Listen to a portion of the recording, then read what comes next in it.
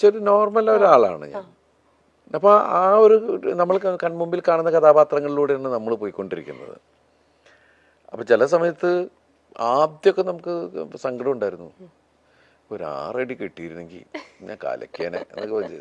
ഒരു കാര്യമില്ല എന്നുള്ളത് പിന്നെ മനസ്സിലായി. പക്ഷെ ഒരുപാട് നല്ല കഥാപാത്രങ്ങൾ അത് കാരണം കഥാകൃത്തുക്കൾക്ക് അവർക്ക് ഉണ്ടാക്കാൻ പറ്റി. അത് എനിക്ക് കിട്ടി, ദൈവാനുഗ്രഹം. നമുക്ക് അടുത്തൊരു സെഗ്മെന്റിലേക്ക് കിടക്കാം. 2 ആൾക്കാരുടെ 2 സിനിമകളിലെ 2 പേരുകൾ വീതം പറയും. അപ്പൊ അതിൽ നിന്ന് ദിലീപേട്ടന്റെ ജീവിതത്തിൽ ഉണ്ടായിട്ടുള്ള എന്തെങ്കിലും ഓർമ്മകളോ മാറ്റങ്ങളോ ഒക്കെ പറയാം. ഒരു മിനിറ്റ്, നേരത്തെ ചോദിച്ചത് ഇതില് സരസമായിട്ടുള്ള കഥാപാത്രങ്ങൾ ഏതാന്നൊക്കെ അല്ലേ? ഞാൻ ചെയ്തിട്ടുള്ള 99% കഥാപാത്രങ്ങൾ ഞാൻ എൻജോയ് ചെയ്തിട്ടുള്ളതാണ്. അതുകൊണ്ട് നമ്മൾ ഈ പറയുന്ന പോലെ മാതാപിതാക്കളോടൊക്കെയാണ് ഇതിൽ ഏത് മക്കളെ നിങ്ങൾക്ക് ഇഷ്ടം ചോദിക്കണ പോലത്തെ ഒരു അവസ്ഥയുണ്ട്. എല്ലാം ഞാൻ ഇഷ്ടപ്പെട്ട് ചെയ്തിട്ടുള്ളതാണ്. ഞാൻ എപ്പോഴും അങ്ങനെ ആദ്യം എന്നെ ചിരിപ്പിക്കാൻ പറ്റണം മറ്റാൾക്ക്, എന്നാലേ എനിക്ക് വേറെ ആളെ ചിരിപ്പിക്കാൻ പറ്റുള്ളൂ. അങ്ങനെയാണ് നമ്മൾ സ്ക്രിപ്റ്റ് വായിക്കുമ്പോൾ നമുക്കൊരു ജഡ്ജ്മെന്റ്. ഇപ്പം ആദ്യമായിട്ട് ആ കഥ വായിക്കുമ്പോൾ ദിലീപായിട്ട് അല്ലെങ്കിൽ ആ ഒരു ക്യാരക്ടറായിട്ട് നമുക്കത് ഒരു വേറെ ആളുടെ വ്യൂ പോയിന്റിൽ നിന്ന് കണ്ട് നമുക്ക് ചിരിക്കാൻ പറ്റുമെങ്കിൽ മാത്രമല്ലേ അത് പ്രേക്ഷകരിലേക്ക് വർക്കാവുള്ളൂ. ഞാൻ എൻ്റെ റൈറ്റർ അല്ലെങ്കിൽ എൻ്റെ ഡയറക്ടർ അതിനെക്കുറിച്ച് സംസാരിക്കുമ്പോൾ, ഞാൻ കഥ കേട്ടിരിക്കുമ്പോൾ തമാശയാണെങ്കിൽ തമാശ ആവണം, ഞാൻ ചിരിക്കണം. ഞാൻ കഥയൊക്കെ ആയിരിക്കണത് എന്നാൽ പിന്നെ ചിരിപ്പിക്കും നിങ്ങളെന്നും പറഞ്ഞിട്ടാണ്. കാരണം എന്താണെന്നറിയോ, ഞാൻ ഇതുമായിട്ട് വരുമ്പോൾ എന്നാൽ പിന്നെ ചിരിപ്പിക്കുന്നു പറഞ്ഞിട്ട് അവരിയ്ക്കണേ ഓഡിയൻസ്. അതെ അതെ തീർച്ചയായിട്ടും. അപ്പൊ എനിക്ക് ചിരിക്കാൻ റെഡി ആയിട്ടാണ് ഇരിക്കുന്നത്. അവർ ചിരിക്കാൻ റെഡി എന്ന് വെച്ചാൽ അതിൽ കാര്യം ഉണ്ടാവണം. ഇപ്പൊ നേരത്തെ തന്നിരുന്ന ഒരു എന്താ പറയാ, നമുക്ക് തന്നിരുന്ന ഒരു എന്താണ് അതിന് കറക്റ്റ് വേർഡ് പറയുന്നത് വെച്ചിട്ടുണ്ടെങ്കിൽ, റിസപ്ഷൻ എന്താ വെച്ചാല് ഒരു പരിഗണന എന്നൊക്കെ പറയില്ലേ. ഇപ്പൊ എന്തെങ്കിലും തമാശ പറഞ്ഞാലും ആ പോട്ട് ചിരിച്ചു വിട്ടേക്കാം എന്ന് പറയാം. പക്ഷെ ഇപ്പൊ എന്ന് വെച്ചിട്ടുണ്ടെങ്കിൽ അതിന്റെ ഇത് കൂടി. കാരണം എന്ന് വെച്ചിട്ടുണ്ടെങ്കിൽ ഉത്തരവാദിത്വം കൂടി എന്ന് വെച്ചിട്ടുണ്ടെങ്കിൽ നമ്മൾ ദൈവമേ ചിരിക്കണേ. കാരണം വെച്ചിട്ടുണ്ടെങ്കിൽ കരയിപ്പിക്കാൻ എളുപ്പാ, നമ്മുടെ പ്രാരബ്ധം പറഞ്ഞാൽ മതി. ചിലപ്പോൾ സങ്കടമായിട്ട് കരയും. ചിരിപ്പിക്കൽ വലിയ പണിയാ. അത് ചിരിപ്പിക്കുന്ന ആരാണെങ്കിലും, ഞാൻ ഭയങ്കരമായിട്ട് ചിരിക്കാൻ ആഗ്രഹിക്കുന്ന ഒരാളാ, മനസ്സിലായില്ലേ? അപ്പോൾ ഈ മിമിക്രിയിലെ മിക്ക ആൾക്കാരുടെയും ഫാനാണ് ഞാൻ. എപ്പോഴും ഇവരുടെ ഓരോ കാര്യങ്ങൾ കണ്ടിട്ട് തന്നെ പിന്നെ ഞാൻ വിളിച്ച് പറയും ചെയ്യും. അവരുടെ ഷോർട്ട് ഫിലിം കണ്ടാലും മറ്റു തമാശകൾ കണ്ടാലൊക്കെ വിളിച്ച് പറയും. എങ്ങനെ കാവ്യ ചേച്ചിയും മീനാക്ഷി മാമാട്ടിയൊക്കെ സിനിമ കണ്ടോ? വോയിസ് ഓഫ് സത്യനാഥൻ കണ്ടോ? കണ്ടു. അവര് ചെന്നൈയിലാണ് കണ്ടത്. അവിടെ ഹൗസ്ഫുള്ളായിരുന്നു.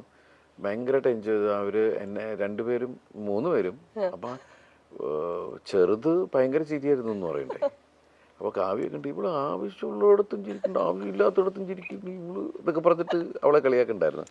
നീനുട്ടിയും എന്നെ വിളിച്ചു പറഞ്ഞു, അച്ഛാ നന്നായി അച്ഛാ, എൻ്റെ ഫ്രണ്ട്സൊക്കെ ഉണ്ട്, അവർക്കൊക്കെ ഭയങ്കര ഇഷ്ടമായി.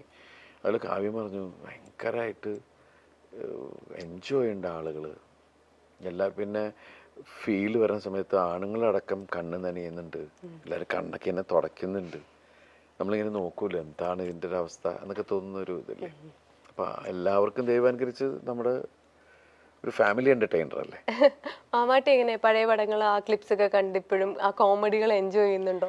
മാമാട്ടി ശരിക്കും പറഞ്ഞാൽ ഈ അടുത്ത കാലത്താണ് നമ്മുടെ സിനിമകൾ കാണാൻ തുടങ്ങുന്നത്. അങ്ങനെയാണ് ഇവള് എൻജോയ് ചെയ്യുന്നത് കണ്ടപ്പോഴാണ് നമ്മൾ ഓരോ സിനിമകൾ കാണിക്കുന്നത്. അപ്പൊ മായമോഹിനി കണ്ടപ്പോ അച്ഛൻ എന്തൊക്കെ കാണിക്കണേ എന്നൊക്കെ ചോദിച്ചു. അങ്ങനെയൊക്കെ ഉള്ള സാധനങ്ങളൊക്കെ ആയി. ആൾക്കിപ്പോ ഈ ഒക്ടോബർ ആകുമ്പോൾ 5 വയസ്സാവും. അതെ. അപ്പൊ സിനിമ കണ്ട് ആ കോമഡി ഒക്കെ മനസ്സിലായി തുടങ്ങിയിട്ടുണ്ട് ഇപ്പൊ എന്തായാലും. അപ്പൊ ഇനി ഒരു സ്ട്രോങ് ഫാനോടെ വന്നിരിക്കുകയാണ്. ഓക്കെ, അപ്പം ഈ പടങ്ങളെ കുറിച്ചൊക്കെ പറയുമ്പോൾ അല്ലെങ്കിൽ ഈ ആളുകളെ കുറിച്ച് പറയുമ്പോൾ ദിലീപേട്ടന് ജീവിതത്തിൽ ഉണ്ടായ ഒരു മാറ്റം എന്താണെന്ന് പറയാം. സല്ലാപം, കഥാവിശേഷൻ, ഈ 2 പടത്തിൽ നിന്നും ദിലീപേട്ടന് ഉണ്ടായ ഒരു മാറ്റം. സല്ലാപം ശരിക്കും പറഞ്ഞാൽ എൻ്റെ ജീവിതത്തിൽ ഒരു ടേണിംഗ് പോയിന്റ് ആണ്. ആസ് ആൻ ആക്ടർ ഉറപ്പായിട്ടും അവിടെ നിന്നാണ് എൻ്റെ ഒരു പലരുടെയും വിചാരം അതാണ് എൻ്റെ ആദ്യത്തെ പടം സല്ലാപം. അതിന് മുമ്പുള്ള പടങ്ങൾ ചിലപ്പോൾ അത് അത്രയും ജനഹൃദയങ്ങളിലേക്ക് ഇറങ്ങിച്ചെന്ന ഒരു കഥ. പിന്നെ കഥാവിശേഷം എനിക്ക് ഇഷ്ടപ്പെട്ട സിനിമകളിലൊന്നാണ്. ചന്ദ്രേട്ടൻ്റെ, എനിക്ക് തോന്നുന്നു ചന്ദ്രേട്ടൻ്റെ മകന് ഫീൽ ചെയ്ത ഒരു ഇൻസിഡന്റിനെ ബേസ് ചെയ്തിട്ടുണ്ടാക്കിയൊരു കഥയാണ്. ഞാൻ ഇപ്പോഴും എന്തൊരു മൂഡാണ് ആ പടം. ഇയാളുടെ ഒരു ട്രാവലിംഗ്, പല ഭാഷയിലുള്ള ആളുകളും, വേറൊരു അയാൾ ഏൽപ്പിച്ചിരിക്കുന്ന ഒരു മിസ്റ്ററിയും അത് ചില സമയത്ത് സൂയിസൈഡ് എന്ന് പറയുന്നത് രക്ഷപ്പെടലാണ്. ചിലത് താങ്ങാൻ പറ്റാണ്ടാകുമ്പോൾ അതെ അതെ പോവുക എന്ന് പറയുന്നത്.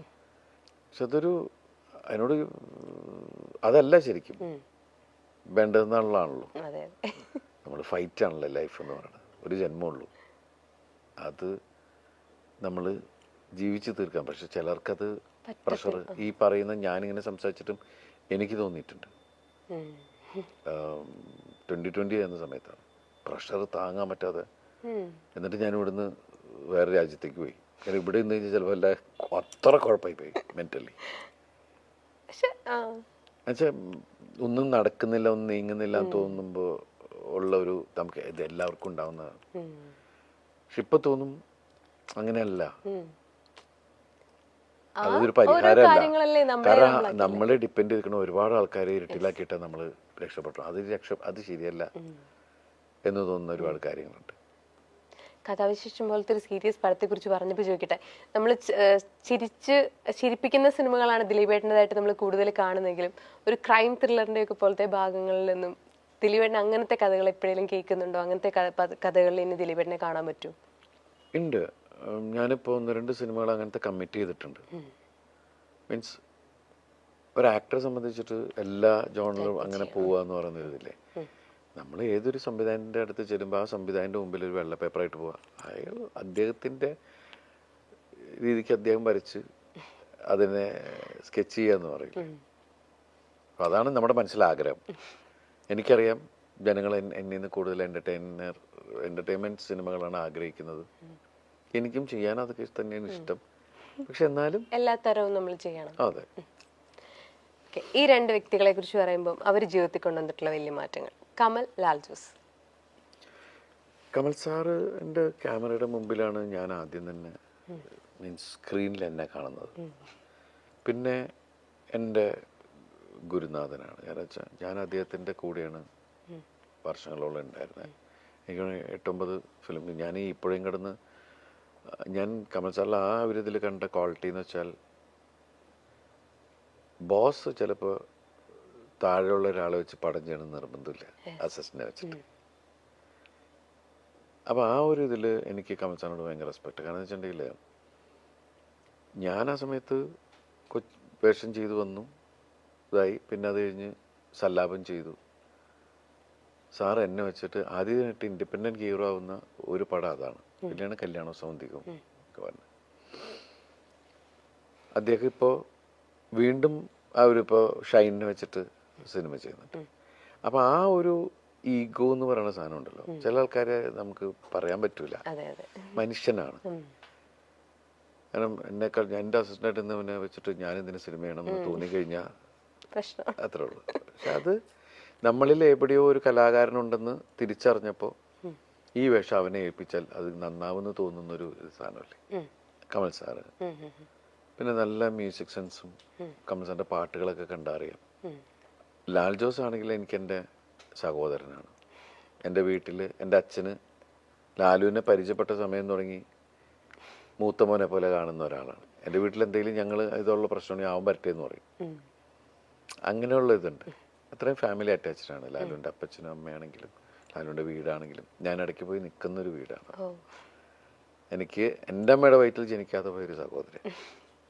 അതാണ് എൻ്റെ എന്ത് വിഷയത്തിനും എൻ്റെ ഒപ്പം നിൽക്കുന്ന, എനിക്ക് വേണ്ടി പടവെട്ടുന്ന ഒരാളാണ്. അതാണ് ലാൽ ജോസ്. എനിക്ക് ഭയങ്കര ജെന്യൂനായിട്ട് തോന്നിയ ഒരാളാണ്.